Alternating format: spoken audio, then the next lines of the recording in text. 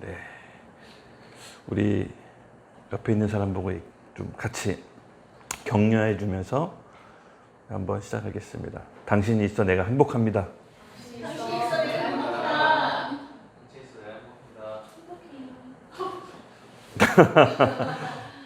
당신이 존재하는 것만으로도 저에게 큰 위안이 됩니다. 당신이 존재하는 것만으로도 저에게 큰 위안이 됩니다.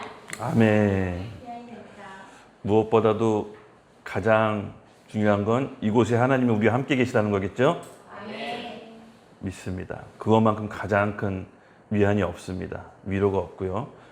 하나님이 우리와 함께 계시고 그 하나님이 우리를 통해 우리 예배를 받으시고 우리의 찬양을 받으신다라는 우리가 확신 가운데 오늘 예배에 거합시다.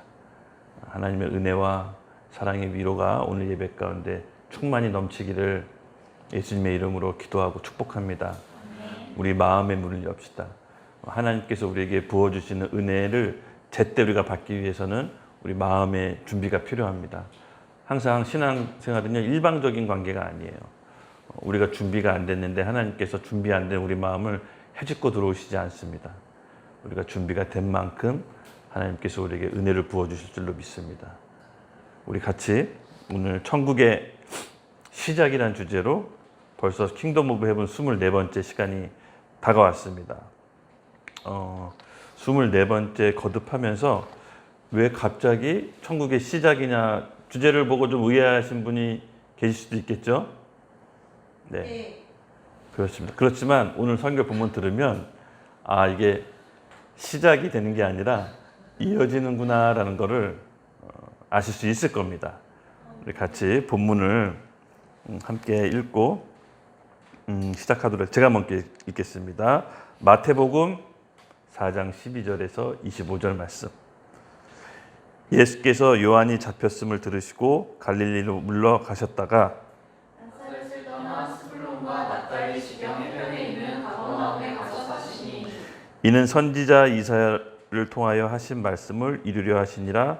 일러스되 스불론 땅과 납달리 땅과 요단강 저편 해변 길과 이방의 갈릴리여. 흑암에 앉은 백성이 큰 빛을 보았고 사망의 땅과 그들의 앉은 자들에게 빛이 비치었도다 하였느니라. 이때부터 예수께서 비로소 전파하여 이르시되 회개하라 천국이 가까이 왔느니라 하시더라. 갈릴리 해변에 다니시다가 두 형제 곧 베드로라 하는 시몬과 그의 형제 안드레가 바다에 그물 던지는 것을 보시니 그들은 어부라. 말씀하시되 나를 따라오라. 내가 너희를 사람을 갖는 어부가 되게 하리라 하시니 그들이 곧 그물을 버려두고 예수를 따르니라. 거기서 더 가시다가 다른 두 형제 곧 세베대의 아들 야고보와 그 형제 요한이 그의 아버지 세베대와 함께 배에서 그물 비는 것을 보시고 부르시니 그들이 곧 배와 아버지를 버려두고 예수를 따르니라. 예수께서 온 갈릴리에 돌아다니사 그들 회당에서 가르치시며 천국 복음을 전파하시며 백성 중에 모든 병과 모든 약한 것을 고치시니 그의 소문이 온 수리아에 퍼진지라. 사람들이 모든 앓는 자 곧 각종 병에 걸려서 고통당하는 자 귀신 들린 자 간질하는 자 중풍병자들을 데려오니 그들을 고치시더라. 갈릴리와 데가볼레와 예루살렘과 유대와 요단강 건너편에서 수많은 무리가 따르니라. 아멘. 기도하겠습니다. 하나님 아버지, 오늘 예배도 저희의 마음의 문을 엽니다. 성령 하나님 이곳에 오셔서 하나님의 말씀으로 우리를 계시하여 주시고 오늘 하나님의 뜻을 우리에게 알려주시옵소서. 저희가 부족한 자원을 가지고 하나님 앞에 드리는 찬양과 예배를 온전히 드리길 원합니다. 주님, 저희와 함께 하시고 이 찬양과 예배를 받아주시옵소서. 특별히 오늘 천국의 시작을 알리는 말씀을 통해서 이 땅에 살아가는 동안 우리가 어떻게 천국의 삶을 누리고 이루어가야 되는지를 오늘 본문 말씀을 통해 우리에게 알게 해주시고 깨닫게 해주시고 들을 귀와 눈을 열어주시옵소서. 주님께 간구합니다. 예수님의 이름으로 기도드렸습니다. 아멘. 네. 기도 중에 주님의 뜻을 깨닫고 알게 해달라고 했는데요. 하나님의 음성을 여러분 다 들으실 줄 아시죠? 아멘. 아멘. 하나님을 믿는 주의 백성들과 자녀들은 하나님께서 반드시 말씀하십니다. 그것도 애매모호하게 혹은 뭐 이렇게 말할까 말까 이런 게 아니라 알아듣게끔 말씀하십니다. 우리 안에 성령께서는 진리의 영이시라고 했기 때문에 하나님께서 우리를 말씀으로 인도하시기 때문에 누구든지 예수님을 영접한 우리에게는 성령께서 말씀하십니다. 그렇다면 하나님의 음성을 듣는 게 다 다르잖아요. 그렇죠? 물론 최종적으로 성경 말씀을 통해서 우리가 확증을 받지만 저 같은 경우는 정말 꿈을 통해서 하나님이 있다라는 것을 임팩트 있게 알았거든요. 그 다음에 성경책이 막 믿어졌어요. 도저히 믿고 싶은데 믿어지지가 않아서 정말 힘들었는데 정말 꿈을 통해서 하나님께서 있다라는 것을 알게 됐거든요. 정말 신기했어요. 진짜 신기했어요. 왜냐하면 성경의 창세기 내용들이 신화같이 들렸기 때문에 제 이성 머리로는 도저히 이게 받아줄 수가 없었어요. 노아가 방주를 만들어서 전 지구상에 있는 동물들을 태우는 거, 바벨탑을 하늘 꼭대기에다 세워가지고 하늘을 닫는 거, 이 모든 것들이 그냥 뭐 신화 같다라고 생각이 들었어요. 근데 꿈을 통해서 하나님께서 강력한 빛으로 저에게 오셨고 그 빛을 통해서 제가 죄인이라는 걸 알고 꿈인데도 엎드려서 엉엉 울었거든요. 그때 제가 하나님이라는 걸 알게 되고 바로 성경을 읽는데 정말로 신기하게 전부 다 믿어지기 시작했습니다. 물론 모든 사람들이 다 이런 식으로 하나님의 음성을 듣는 건 아닙니다. 하나님께서는 전지전능하셔서 어떤 경로로든 무슨 수단과 방법으로든 우리를 통해 말씀하십니다. 환상으로, 꿈으로, 또 내적 음성으로, 또 설교 시간에 목사님 말씀으로, 주변에 있는 우리 친지, 가족, 지인들의 입을 통해서도 하나님은 우리에게 본인의 뜻을 계속 말씀해 주십니다. 그런데 중요한 거는 하나님의 음성을 듣는 사람들의 특징이 뭘까요? 저 사람이 하나님의 음성을 들었다고 얘기하는데 하나님의 음성을 들었다고 어떻게 알 수 있습니까? 뭐 고민해 본 적 있으십니까? 제가 드는 생각은 이거였어요. 만약에 저 사람이 하나님의 음성을 들었다면 삶이 변할 것이다. 하나님의 음성을 들었는데 삶이 변하지 않는다? 둘 중에 하나입니다. 하나님의 음성을 잘못 왜곡해서 들었거나 아니면 들었는데 불순종하거나. 네. 하나님께서는요, 우리에게 다 알아들을 수 있는 말로 얘기하십니다. 그리고 하나님께서는 우리를 정말로 선한 계획으로, 선한 이끄심으로 우리를 인도하십니다. 근데 이 마음이 하나님의 음성을 듣고도 그것을 순종하지 않으면요, 이 마음이 점점 굳어지고 딱딱해집니다. 그러면 하나님의 말씀을 듣고도 이 순종하지 않는 그 인식, 하나님을 어떻게 대하는 그 인식론이 사실은 크리스찬들의 미래의 삶을 결정합니다. 단적인 예가 우리 이스라엘 백성들 있죠. 이스라엘 백성들은 하나님께서 모세를 통해서 애굽에서 노예 생활을 탈출시킵니다. 그리고 나서 하나님께서 그 백성들을 이끄시는데 끊임없이 이스라엘 백성은 하나님 앞에 원망, 불평, 불만, 계속해서 이집트의 생활들을 갈구하면서 몸은 떠났지만 마음으로는 이집트 생활을 계속해서 그리워합니다. 하나님께서는 그런 이집트 백성을 보고 몇 번이고 정말로 심판을 다짐했지만 그때마다 모세가 맞고 기도함으로 하나님의 뜻을 되돌리는 그런 과정들을 계속해서 우리는 성경을 통해 볼 수가 있습니다. 여기서 중요한 것은 이집트 백성들이 하나님을 인식하는 그 인식론입니다. 어떤 태도로 인식하고 있을까요? 하나님의 말씀을 들어도 되고 안 들어도 되는 그런 좋은 자의 말씀으로 이해하고 받아들이고 본인들이 취사 선택을 합니다. 그런 하나님을 대하는 태도가 결국은 광야에서 40년 동안 광야 생활을 하게 되는 결정적 요인을 맡게 됩니다. 우리 정탐 사건 있죠? 12명의 정탐 사건.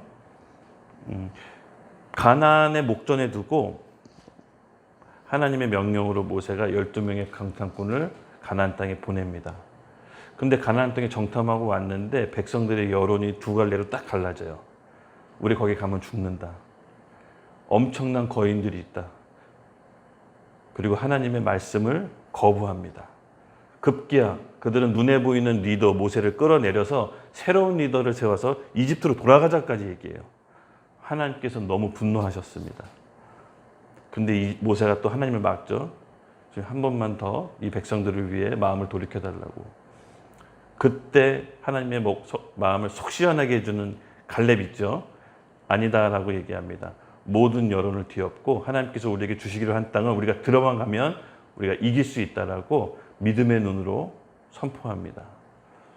그 갈렙은 하나님의 말씀을 이미 결정된 믿음의 마음으로 받아들였어요.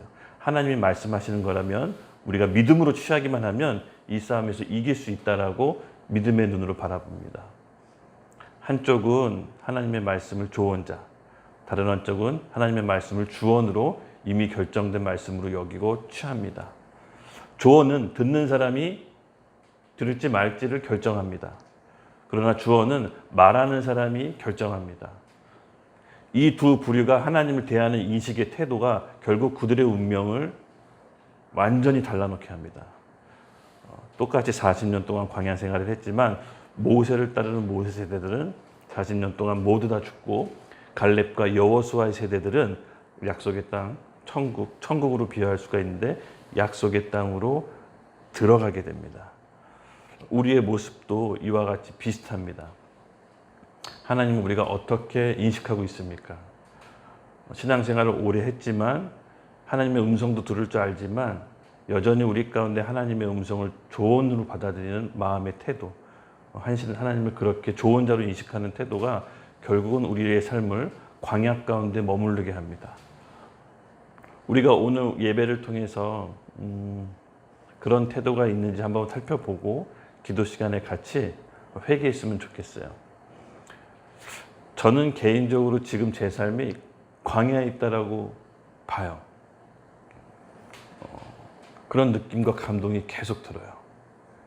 왜냐하면 광야를 통해서 내 진짜 주인을 하나님으로 바꿀 수가 있거든요.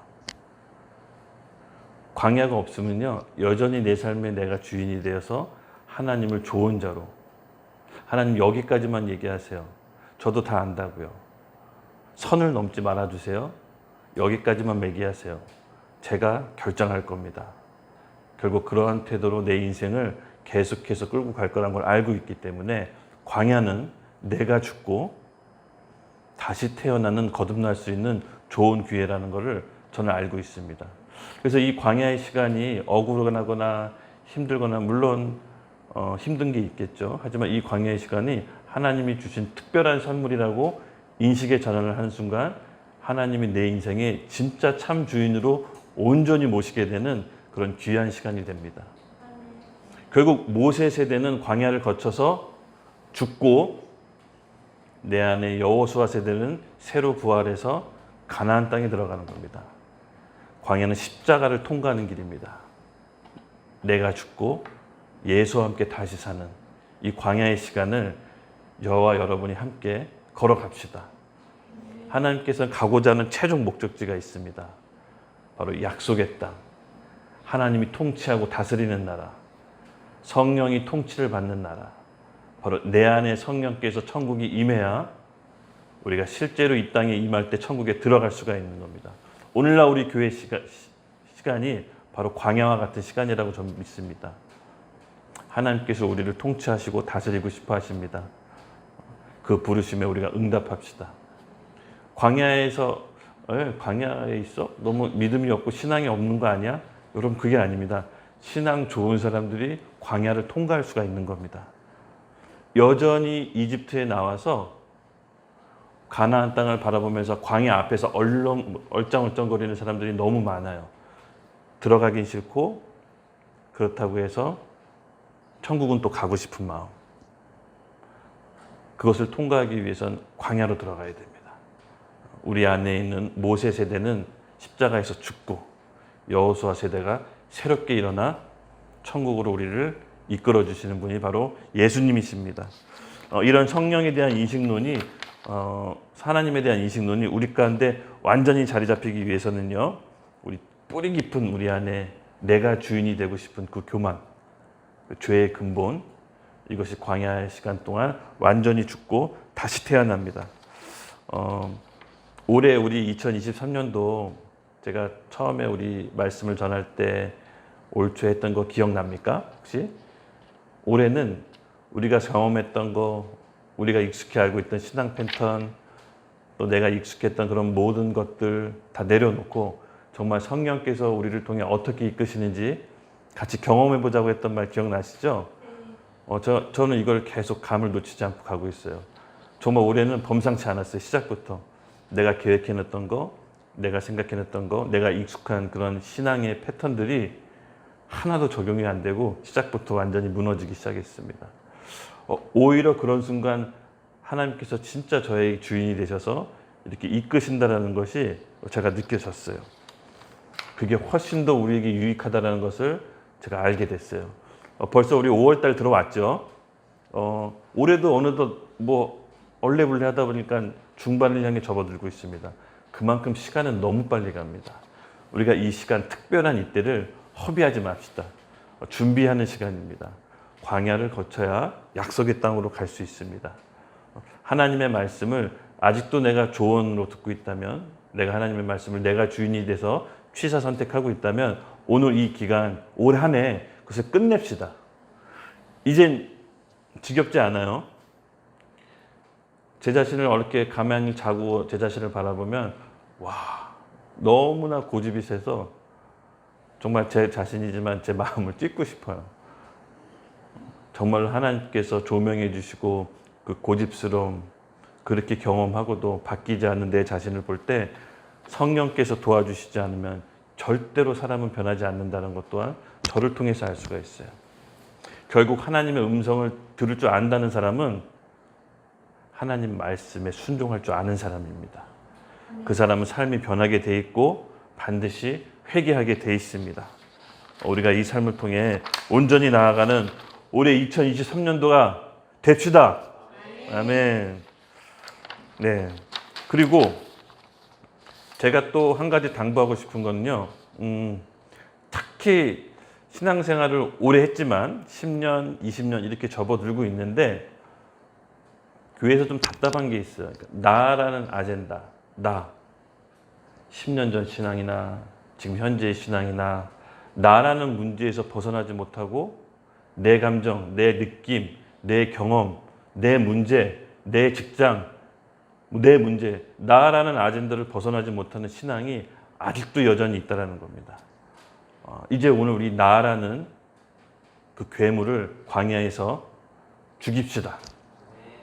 결국은 내가 약속의 땅에 못 들어가는 이유는 내 생각이에요. 내 경험. 아직도 내가 주인이 돼서 내가 선택하고 싶은 그 모든 마음들, 그 뿌리가 결국 교만에 있다는 겁니다. 하나님을 마음에 두기 싫어하는 거. 나라는 이 아젠다를 오늘, 올해 벗어납시다. 오늘 굳은 결의가 필요해요. 우리 잠깐 말씀을 잠깐 볼게요. 우리 디모데 후서 말씀을 잠깐 3장 1절보다 7절. 왜 우리가 신앙생활을 이렇게 오래 했는데도 고통스럽냐? 저는 이 말씀 가운데 나왔다라고 보거든요. 나라는 아젠다를 벗어나지 못하면 계속해서 신앙생활을 오래 했음에도 불구하고 고통 가운데 머물게 됩니다. 우리 함께 다 같이 읽겠습니다. 시작. 너는 이것을 알라. 말세에 고통하는 때가 이르러 사람들이 자기를 사랑하며 돈을 사랑하며 자랑하며 교만하며 비방하며 부모를 거역하며 감사하지 아니하며 거룩하지 아니하며 무정하며 원통을 풀지 아니하며 모함하며 절제하지 못하며 싸우며 선한 것을 좋아하지 아니하며 배신하며 조급하며 자만하며 쾌락을 사랑하기를 하나님 사랑하는 것보다 더하며 경건의 모양은 있으나 경건의 능력은 부인하니 이 같은 자들에게서 내가 돌아서라. 그들 중에 남의 집에 가만히 들어서 어리석은 여자를 유인하는 자들이 있으니 그 여자는 죄를 중히 지고 여러 가지 욕심에 끌린 바 되어 항상 배우나 끝내 진리의 지식에 이를 수 없느니라. 아멘. 전 화면으로 좀 되돌려 주시겠어요? 네. 이것을 알라라고 하고 말세 고통의 때가 이르는데 어떤 고통인지 구체적으로 나열합니다. 부모를 거역하고 감사하지 않고 거룩하지 않고 무정하고 원통을 풀지 않고 한번 마음에 상처 입으면 원통을 막 10년, 20년 풀지 않습니다. 난 모함하기를 좋아하고 절제하지 못하고 쾌락을 사랑하면서요. 사납고 선한 것을 좋아하지 않고 또 사람 배신하는 걸 우습게 여기고 늘 조급하며 자기 자신을 드러내기를 좋아하며 쾌락을 사랑하는 것을 하나님 사람보다 더하는 이 모든 고통들이 어디서부터 시작됐냐? 2절에 자기를 사랑하면서부터 나라는 아젠다를 놓지 못하면 이 모든 고통이 결국은 자기를 사랑하면서부터 시작이 됩니다. 성경에는 두 가지 사랑밖에 얘기하지 않습니다. 그렇죠?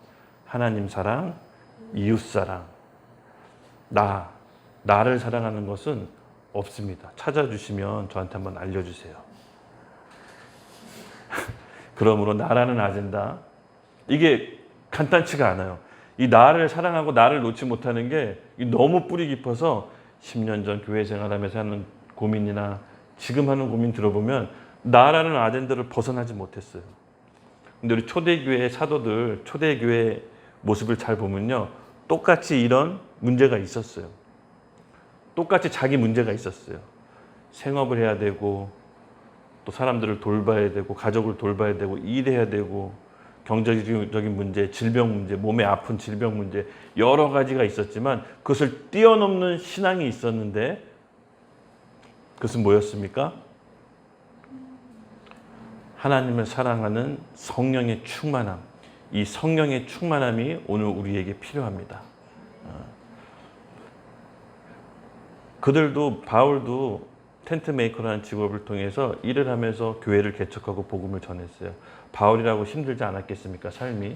또 바울은 자기에게 벗어날 수 없는 가시 같은 질병이 있는데 이 질병을 낫기를 계속 기도했는데 하나님이 결국 낫게 해주지 않으셨어요. 똑같은 문제가 오늘 우리와 바울에게도 초대교회 성도들에게도 있었습니다. 그러나 그들과 우리가 다른 하나님을 믿는 겁니까? 같은 성령님이 아니라 다른 성령님이 그렇지 않습니다. 똑같은 하나님, 똑같은 성령님입니다. 그런데 우리는 여전히 왜 나라는 아젠다를 못 벗어나서 나라는 문제에 갇혀서 왜 하나님이 즐거워하고 사랑하는 것보다 나 때문에 더 슬퍼하고 괴로워하고 힘들어하는 이유가 도대체 뭡니까? 자기 자아에 속고 있는 거예요. 실은 그게 실상이 아닌데 자기가 만들어 놓은 하나님, 이 나를 광야에서 죽여야 됩니다. 십자가를 통과함으로써 광야에서 나라는 이 아젠다로부터 탈출합시다. 그래서 광야의 시간이 너무 소중한 거예요. 필요한 거고. 약속의 땅 가기 위해서 이 광야를 거쳐가는 것은 하나님이 알려주셨다기보다도 하나님이 보여주신 유일한 길입니다. 다른 돌아가는 길은 없습니다. 그러므로 오늘 하루에 하나님께 성령께 인도함 받으며 주님의 음성을 순종하면서 나라는 아젠다로부터 우리가 벗어납시다. 아멘. 네. 본문으로 이제 들어가도록 할 텐데 그 전에 제가 아까 서두에 얘기했었죠. 왜 갑자기 천국의 킹덤 오브 헤븐 천국의 이야기가 24번째나 진행됐는데 갑자기 천국의 시작이냐? 왜 처음부터 돌아가냐? 그렇지 않습니다. 여러분, 천국은요, 예수님께서 사복음서에서 얘기하실 때 내 안에 임하는 천국과 장차 이 땅에 실제로 임하게 될 천국을 얘기한다고 했죠. 근데 지난 시간 우리 마태복음 25장 비유 3가지를 다 끝냈죠. 그때는 예수님이 실제로 왕이 돼서 이 땅에 임하는 천국에 대해서 그 종말 때, 이 세상이 종말과 새로운 천국의 시작일 때 우리가 어떤 마음과 태도를 유지해야 되는지를 3가지 비유로 잘 설명해 놓으셨습니다. 그래서 매우 중요한 구절입니다. 사실 마태복음 25장은. 근데 이 3가지 비유가 각각 다른 비유지만 2가지 동일한 주제로 관통하는 게 있다고 제가 지난 시간에 얘기했습니다. 그것은 뭐라고요? 첫 번째, 마지막 때 종말 때는요, 중간지대가 없습니다. 슬기로운 처녀든 미련한 처녀든 유익한 종이든 악한 종이든 오른편에 있는 양이든 왼편에 있는 염소든 극명하게 갈라진다는 겁니다. 본인의 의도와 상관없이 이 땅에 오시는 주인이 결정하신다는 거예요. 그리고 2번째 뭡니까? 아무것도 하지 않은 게 악입니다. 적극적으로 죄를 가담하지도 않고 적극적으로 죄를 짓지도 않았는데 이 세 가지 모든 비유를 통해서 한 가지 관통하는 주제가 있는데 아무것도 하지 않는 걸 악이라고 주인이 평가하십니다. 첫 번째, 슬기로운 처녀요. 그릇과 기름을 준비했어야 되는데 평소 때 하지 않습니다. 그것은 뭐라고 했습니까? 우리의 영성이라고 그랬죠. 예배와 말씀과 기도, 준비할 수 있는 시간이 충분히 주어집니다. 열처녀 모두. 하지만 하나님이 정해놓은 때가 있는데 그 기간 때에 준비가 안 돼 있으면 살 수가 없습니다. 어디 가서 갑자기 구할 수가 없어요. 갑자기 임박해서 내일 모레 예수님이 오신다라고 극적으로 계시를 받아서 그럴 일은 없겠지만 내일 모레 예수님이 오신다 그래서 극적으로 계시를 받았다고 칩시다. 이틀 동안 금식하고 예배한들 예수님께서 우리를 혼인잔치에 들여보내 주시겠습니까? 불가능합니다. 또 두 번째는요. 종이 오해했습니다. 주인의 의도를 전혀 파악하지 못하고 오해했어요. 그러니까 자기는 이것을 손해보지 않고 지키기만 해도 나쁘지 않다라고 생각했는데 주인은 그렇게 보지 않았습니다. 어디 돈 굴리는 사람 은행 같은 데다 맡기기만 해도 이자 나왔을 텐데 넌 그것도 하지 않았다. 그러므로 아무것도 하지 않은 게 악하다라고 주인이 평가합니다. 당황스러웠겠죠? 하지만 주인이 천국의 기준으로서 평가하는 거라 어쩔 수 없습니다. 두 번째 종도 역시 아무것도 하지 않았습니다. 마지막 세 번째, 왼편에 있는 염소. 그들은 평소에 지극히 낮은 자에게, 형제에게 하지 않은 것이 예수님께 하지 않았다라고 합니다. 나쁜 짓을 했다고 지적한 게 아닙니다. 예수님이 대하듯 낮은 자, 지극히 작은 자에게 하지 않은 게 곧 나한테 하지 않은 거라고 예수님과 동일시합니다. 그러면서 그들은 심판을 받게 됩니다. 역시 무관심한 태도. 오늘 우리에게 있는 지극히 작은 자, 낮은 자에 대한 무관심한 태도를 예수님께서는 본인에 대한 무관심한 태도라고 동일시시킵니다. 너무 놀라운 반전입니다. 결국은 이 세 가지 사례 모두 다 아무것도 하지 않은 그 태도를 신앙인들에게는 예수님께서 악하다고 보십니다. 그래서 이 마태복음 25장은 이 땅에 하늘에 있는 천국이 예수님과 함께 임할 때 우리가 어떤 태도를 갖고 살아야 되는지를 보여준다면 그 사이 지금 우리가 사는 이 현실, 이 세계에서는 어떻게 천국을 이루어야 될지를 오늘 이 마태복음 4장 12절에서는 얘기해 주는 겁니다. 장차 임하게 될 천국 그 사이에 우리가 이 땅에 현실화가 살아가는 이 삶을 어떻게 천국을 이루어야 되는지 예수님께서 설명해 주시는 거기 때문에 천국의 시작이라는 주제를 끝부분과 마태복음 25장 끝부분에서 다시 시작하게 되는 겁니다. 그러므로 이해가 되셨죠? 오늘 같이 본문 말씀을 살펴보겠습니다. 마태복음 12장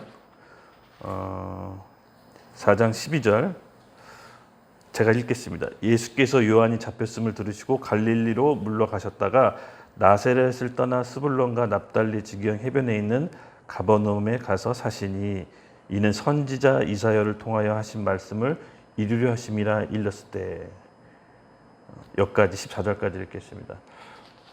나라를 이루는 3요소 혹시 사회 시간에 배우신 적 있어요? 나라를 이루는 3요소가 뭐죠? 주권, 영토, 땅. 주권, 영토, 국민. 맞습니다.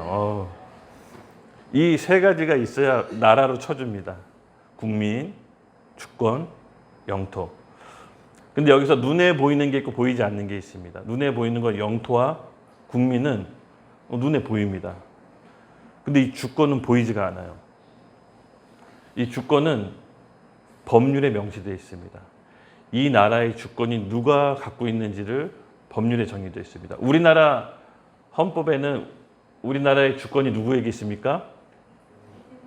국민 맞습니다. 대한민국 헌법 1장 1조 2항에는 모든 국민은 모든 나라의 주권은 국민으로부터 나온다라고 얘기합니다.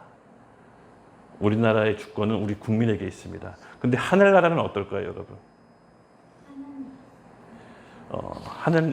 네, 맞습니다. 그거 당연한 얘기죠. 하나님 나라도 주권이 눈에 보이진 않잖아요. 그렇죠? 근데 어디에 나와 있을까요? 맞습니다. 똑같이 어려운 얘기 아닙니다. 똑같이 성경에 나와 있습니다. 네, 오늘 4장 14절 이렇게 얘기합니다. 13장 14절 제가 읽겠습니다. 나사렛을 떠나 스불론과 납달리 지경 해변에 있는 가버나움에서 가서 사시니 이는 선지자 이사를 통해 하신 말씀을 이루려 하심이라. 일렀을 때 15장부터 16절 제가 읽겠습니다. 스불론 땅과 납달리 땅과 요단강 저편 해변길과 이방의 갈림이여 흑암에 앉은 백성이 큰 빛을 보았고 사망의 땅과 그들이 낳는 자들에게 빛이 비쳤도다 하였느니라. 선지자 이사에서 구약 말씀을 통해서 예수님께서 천국의 주권자이라는 것을 말씀해 놓고 명시해 놓고 있는 겁니다. 결국은 천국의 주권자는 백성이 아니라 누굽니까? 예수님. 천국은 킹덤입니다. 왕권입니다. 왕이 주인이고 주권입니다. 그렇게 해서 예수님께서는 성경 말씀에 누가 주권을 갖고 있느냐라고 분명히 말씀해 주십니다. 그리고 17절에 이렇게 얘기합니다.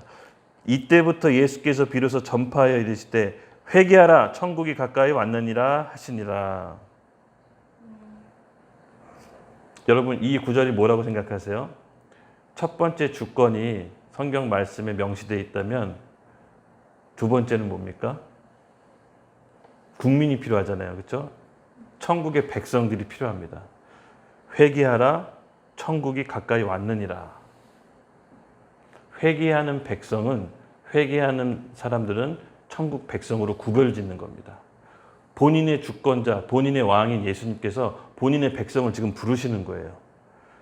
선포하며 전파하다. 이미 결정된 일, 그리고 앞으로 도래하게 될 천국에 대해서 임할 텐데 이 얘기를 들은 사람들은 회개하고 내게 오라. 내 백성들은 내 얘기를 듣고 내게로 오라라고 회개하라 천국이 가까이 왔다라고 합니다. 그리고 이 말씀을 듣고 예수님께로 회개하고 돌이키는 사람들은 누굽니까? 천국의 백성, 국민이 되겠죠? 오늘날로 따지면. 두 번째로 나라를 갖기 위한 조건으로 천국 백성을 모집합니다. 예수님의 말씀에 응답하는 영혼, 예수님의 회개에 응답해서 반응하는 영혼들은 주님께 나오게 됩니다. 그러므로 지금 우리 예수님의 음성에 반응한 현재 살아가는 우리에게도 천국의 시민권자가 되겠죠? 저와 여러분 천국의 백성입니다. 하나님이 왕으로 있는 천국의 백성입니다. 네. 그리고 세 번째로 이제 18절에서 21절은 너무 재밌습니다. 갈릴리 해변에 다니시면서 두 형제 곧 베드로와 하는 시몬과 그의 형제 안드레 바다에 그물을 던진 것을 보시니 그들을 어부라. 말씀하시되 나를 따라오라 내가 너희를 사람이 낚는 어부가 되게 하리라 하시니 그들이 곧 그물을 버리고 두고 예수를 따르느니라. 거기서 더 가시다가 다른 두 형제 곧 세베대의 아들 야고보와 그의 형제 요한이 그의 아버지 세베대와 함께 배에서 그물 깁는 것을 보고 부르시니 그들이 곧 배와 아버지를 버려두고 예수님을 따르리라. 주권자가 이 나라의 주권이 내게 있다라고 선포하시고 본인의 백성들을 불러 모으셨습니다. 그 다음에는 그 백성들을 같이 통치하고 관리할 지금으로 따지면 내각 요인들, 3부 요인, 5부 요인 함께 다스리고 관리할 제자들을 모으시는 겁니다. 백성들을 관리할 제자들은 별도로 왕이 콜링하는 겁니다. 여러분 대통령이 내각을 구성할 때 지명하죠. 국방부 장관 누가 했으면 좋겠다. 경제부 장관 누가 했으면 좋겠다. 3부 요인, 5부 요인을 이렇게 지명합니다. 함께 관리할 사람들. 우리가 백성에만 머물러 있지 말고 하나님 나라 왕의 내각 요인으로 들어가기까지 사모합시다. 실제로 이 땅에 천국이 임할 때 한 골, 세 골, 10골, 5골 다스릴 자를 바로 우리라고 하셨어요. 우리가 이긴 자가 돼야 됩니다. 그러므로 백성으로 만족하지 마시고 천국의 정부, 내각 요인으로 가기까지 우리 사모합시다. 이렇게 콜링 받은 사람들은 그 콜링을 응할 때 치러야 될 대가가 있다고 합니다. 22절에 이렇게 얘기합니다. 이렇게 천국의 22절에 그들이 곧 배와 아버지를 버려두고 예수를 따르느니라. 21절에는 뭐라고 얘기하면요. 그들이 누굽니까? 요한과 야고보라고 합니다. 요한과 야고보. 이들은 하나님의 예수님의 콜링을 받습니다. 나와 함께 천국을 다스리자. 그때 이들이 콜링에 응했죠. 근데 이들이 콜링에 응한 사람은 치러야 될 대가가 있습니다. 저와 여러분이 예수님과 함께 제자로서 콜링을 받았다면 반드시 치러야 될 대가가 두 가지가 있는데 여기 이렇게 얘기합니다. 아버지를 버려두고 그들이 곧 배와 아버지를 버려두고 예수를 따르느니라. 배가 의미하는 건 뭘까요? 배. 이들이 어부였다는 봅니다. 맞습니다. 생계, 현실적인 먹고 사는 문제, 결단코 내려놓을 수 없는 그 문제. 내가 먹고 살아야, 내가 돈을 벌어야 내 가족, 내 공동체를 케어할 수 있는데 이거에 대해서 내려놓는 대가 지불이 필요합니다. 여러분, 군인 자신의 삶의 만족을 위해서 군인으로 지원합니까? 아니면 군대로 모집한 자를 위해서 기쁘게 해주려고 군인이 됩니까? 예. 그리고 군인이 먹고 자고 쓰는 문제 나라에서 다 해결해 주잖아요. 그렇죠? 군인으로서 싸움을 열심히 할 수 있도록 나머지 생계를 국가에서 책임집니다. 마찬가지입니다. 우리가 예수님의 제자로 천국의 내강 요인으로 콜링을 받았다면 선교사든 목회자든 사역자든 그 밖에 일터 선교사든 어떤 형태든 모습으로든 내각으로 부름을 받았다면 거기에 상응하는 대가 지불이 있는데 먼저는 그의 나라와 그의 의를 먼저 구하는 신앙이 우리에게 요구됩니다. 이런 갈등이 초대교회 성도들에겐 다 있었어요. 똑같이 먹고 사는 문제가 있었습니다. 그리고 두 번째는요, 바로 아버지를 내려놓는다는 게 뭘까요? 아버지가 상징하는 거. 집안의 가장이고 권위자죠.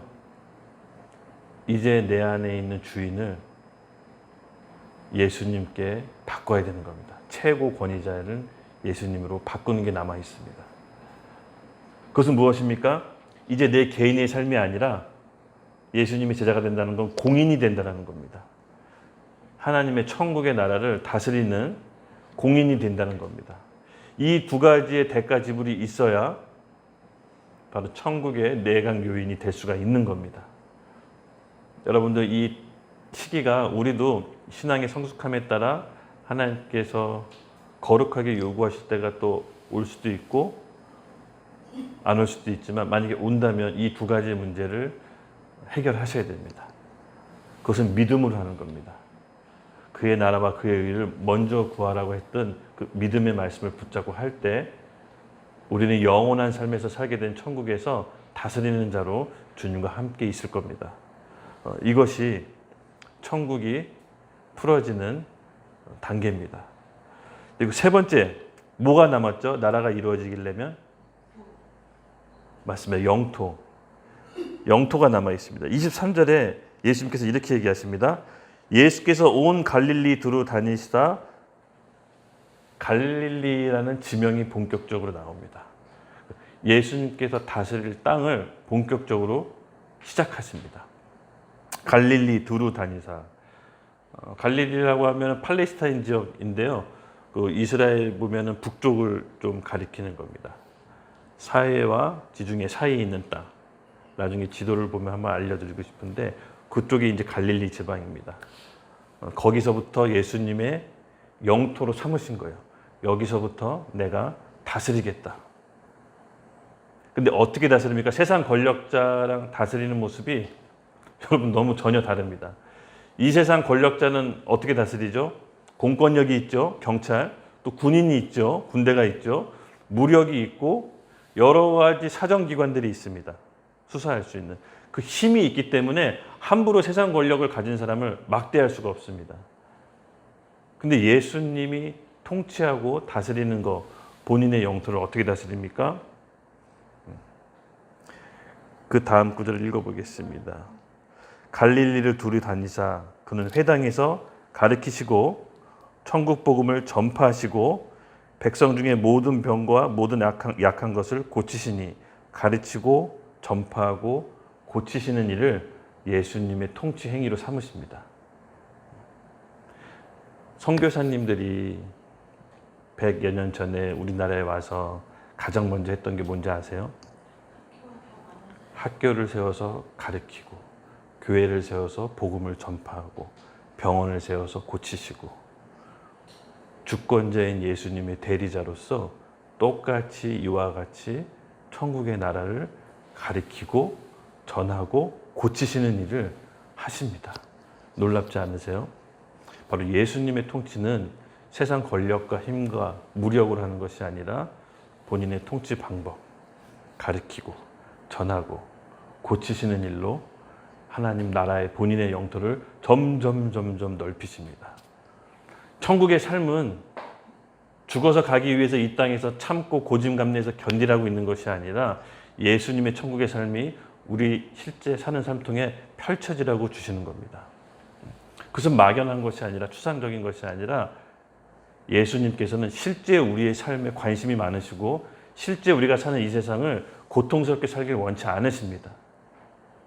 우리가 머문 가정, 직장, 교회 가운데 가르치고 전하고 고치는 일이 그 성령의 힘과 능력이 우리 가운데 주신 것입니다. 우리가 내강 요인으로 부름받았다면 그러한 능력이 있다는 것을 인식하면서 살아야 됩니다. 잠깐 우리 영상을 짧게 보고 말 계속 이어가겠습니다.